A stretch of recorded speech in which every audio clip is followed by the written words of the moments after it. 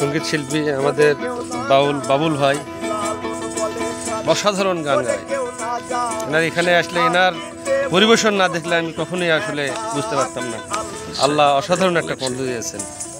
বাবুল ভাই কিছু বলেন আমার ভাই যেভাবে আমাকে এত বড় করে দেখছে, আসলে একেবারেই আমি অত বড় নয়। আপনারা দোয়া করবেন যেন সারা বাংলাদেশে আপনাদের এই গানের মাধ্যমে একটু সেবা করে যেতে পারি। এছাড়া আমাদের শিল্পীদের তো আর দেওয়ার কিছু নেই।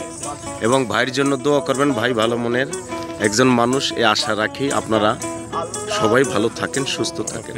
বাবুল ভাই আপনাকে আল্লাহ অনেক বড় শিল্পী বানাক। আপনার প্রত্যেকটা গান আমার খুব ভালো লেগেছে। ধন্যবাদ। আপনি যে একসঙ্গে এতগুলা গান পরিবেশন করছেন, আমি বিমোহিত আপনার গান শুনে। ধন্যবাদ। ওকে, ঠিক আছে। আসসালামু আলাইকুম। ওয়ালাইকুম আসসালাম।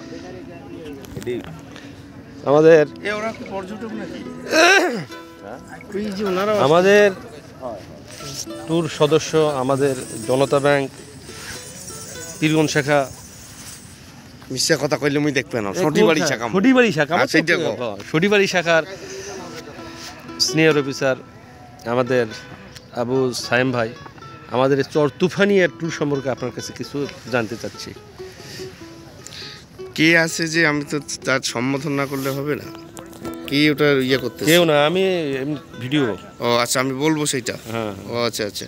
আমরা কালকে কলাগাছিয়ার চর দেখি, আমরা যখন চর তুফানিয়ার উদ্দেশ্যে আসি তখন বৃহৎ যে সমুদ্রের চ্যানেলগুলো, এগুলো দেখেই তো প্রাণটা ভরে গিয়েছিল। তারপরে যখন আমরা চর তুফানিয়ার পূর্ব প্রান্তে উঠি, পূর্ব প্রান্তে দেখতেছি যে লঞ্চ ভিড়ানো একটু কষ্ট হচ্ছে, তখন আমরা পশ্চিম তীরে এসে চর তুফানিয়াতে উঠি। এখানে ঝাউবাগান এবং চর তুফানিয়ার যে নামকরণের সার্থকতা, এখানে যে তুফানের যে ভয়ঙ্কর দৃশ্য, গাছগুলো সব উপড়ে পড়ে আছে, অনেক গাছ দুমড়ে মুচড়ে গেছে। এটা নামকরণ আসলে যথার্থই হয়েছে যে এর নাম চর তুফানিয়া। তো সত্যি এখানে এসে আমাদের প্রত্যাশা এবং প্রাপ্তি, এই প্রত্যাশার থেকে প্রাপ্তি অনেক বেশি। তুলনা করলে আমরা যা প্রত্যাশা করেছিলাম তার থেকে অনেক বেশি পেয়েছি। এখানকার ঝাউ গাছগুলো অনেক সুন্দর দেখাচ্ছে। তারপরে হচ্ছে এখান থেকে দক্ষিণ দিকে শুধু সমুদ্র আর সমুদ্র। সি বিচটা খুব সুন্দর। এখানে ঝিনুকের সমারোহ অনেক। মাঝে মধ্যে গভীর সমুদ্রে কিছু নৌযান দেখা যাচ্ছে, যারা জীবন বাজি রেখে মাছ শিকার করে জীবিকা নির্বাহ করছে। এই তারপর হচ্ছে পাশেই আমাদের সঙ্গীত শিল্পী, তারা বসে খালি গলায় খালি যন্ত্র নিয়ে গান করছে।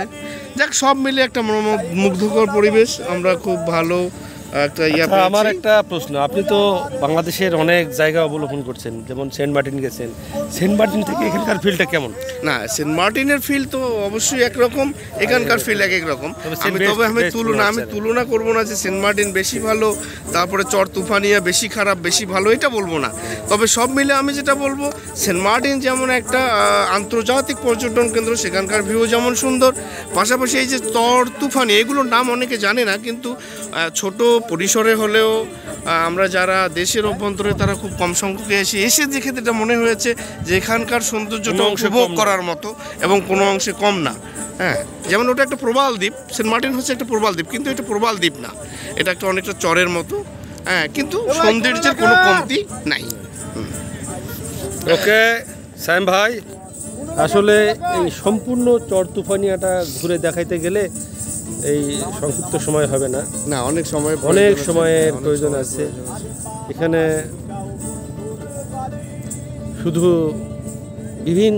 শুধু গাছ গছাই না, বিভিন্ন জন্তু জানোয়ারের দেখা পেয়েছি। যেমন শিয়াল, গতকালকে একটা খরগোশ দেখেছি।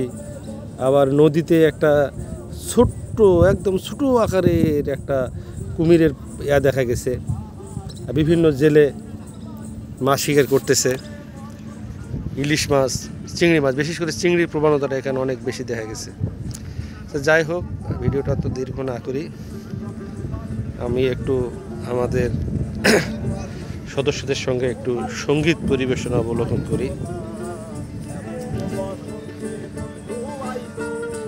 ভাইয়া, গতকালকে যে মহিষের দুধ, সেই মহিষের দধি খাচ্ছেন, কেমন? এই মহিষের দুধের দধির টেস্ট কেমন খুব পাইছেন? ভালো লাগতেছে, ন্যাচারাল, কোনো ভেজাল নাই, পিওর জিনিসটা, যে শব্দটা আমরা ব্যবহার করে থাকি সেই শব্দটা এর ক্ষেত্রে উপযুক্ত একটা শব্দ, ভালোই লাগতেছে। ধন্যবাদ। ওকে, ওকে।